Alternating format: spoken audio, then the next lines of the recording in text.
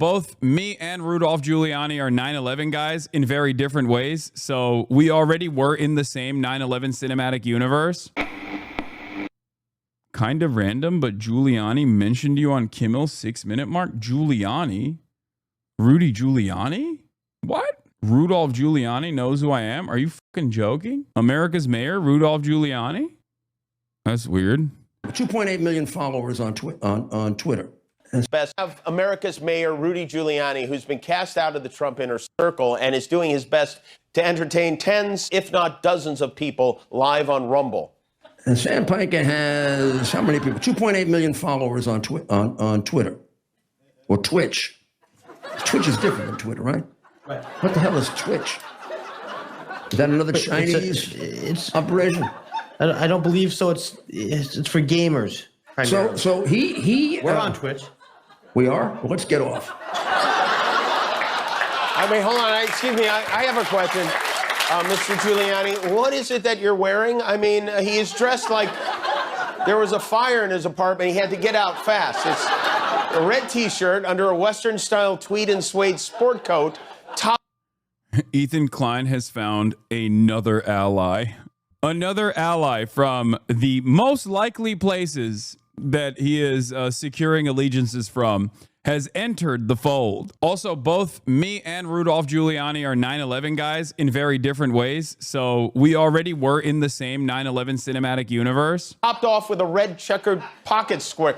It's Full Mental Jacket. It's like Ronald McDonald scored a guest spot on Bonanza. I actually like the jacket, low key. The red doesn't work though. I mean, but the jacket itself is not that bad.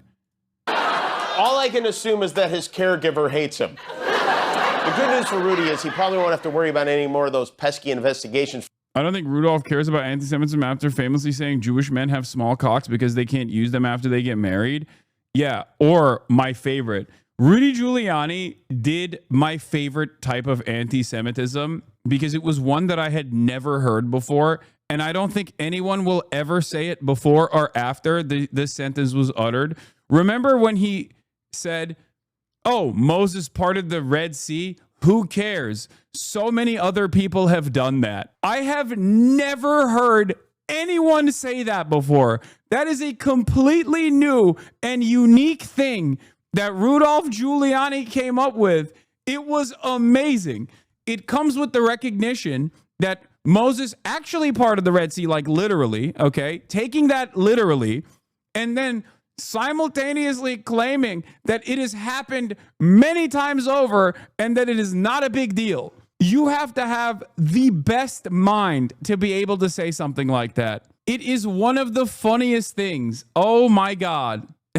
Get over Passover. It was 3,000 years ago. Ex-New York City Mayor Rudolph Giuliani tells Jews. Giuliani is accused in the complaint of disparaging Jewish men's penis sizes and commenting about the freaking Arabs and Jews. But of course, he's a massive supporter of Israel, so obviously nobody cares about this kind of thing. Oh, it's so funny. Dude. Get over the Passover. It was like 3,000 years ago. The Red Sea parted. Big deal. It's not the first time that happened. I'm sorry.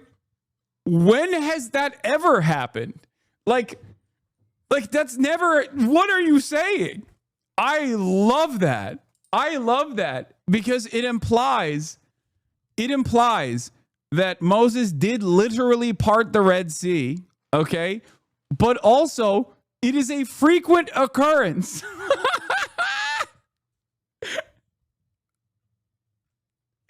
It's a frequent occurrence and not a big deal. Come on, man. He's like, it happens once a year, guys. Calm down. Big whoop. Oh, anyway. But now he's probably talking about how unimaginably anti-Semitic I am or something. Hasandpiker. Do you know who Hasandpiker is, Ted? Hasandpiker. I do not. Hasandpiker has how many people? 2.8 million followers on Twitter or Twitch. Twitch is different than Twitter, right? Right. What the hell is Twitch?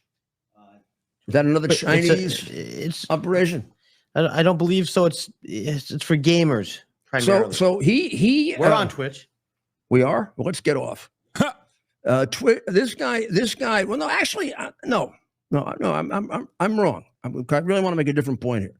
This guy immediately went on right after the 2 young people were killed, and he said that it was a false flag operation. That's not what I've Meaning never that said we that. or the Okay, to be fair to Rudolph Giuliani, he is 700 years old, so I can't even fault him for being duped by the dumbest kind of propaganda. That's great though. I love people who are just completely devoid of a brain. You know, Jake Tapper, Rudolph Giuliani, New York Post writers, people who write for Fox News.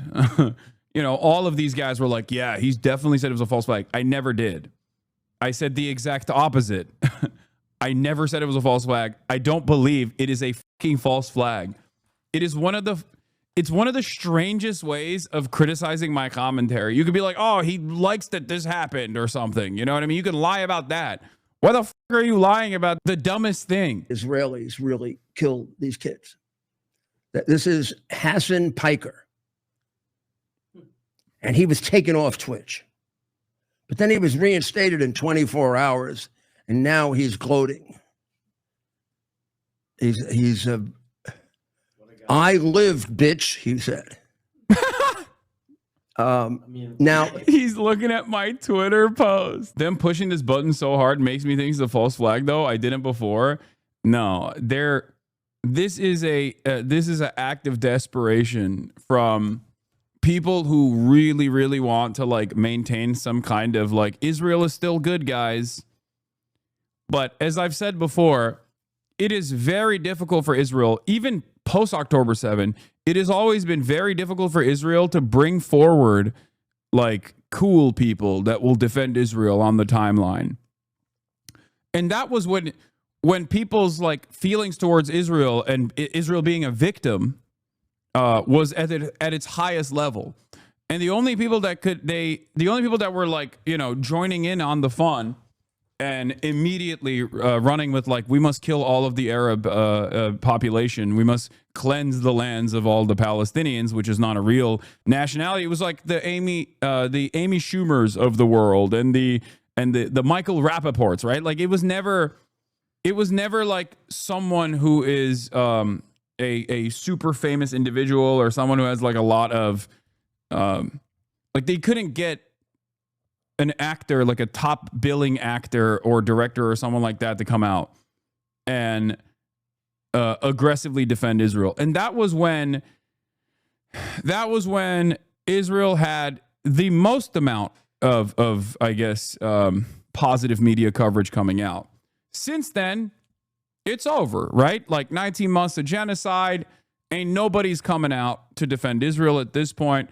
So the last remaining people who will defend Israel at this stage are the likes of Rudolph Giuliani, you know, a couple New York Post writers, the Free Press, Barry Weiss. That's it.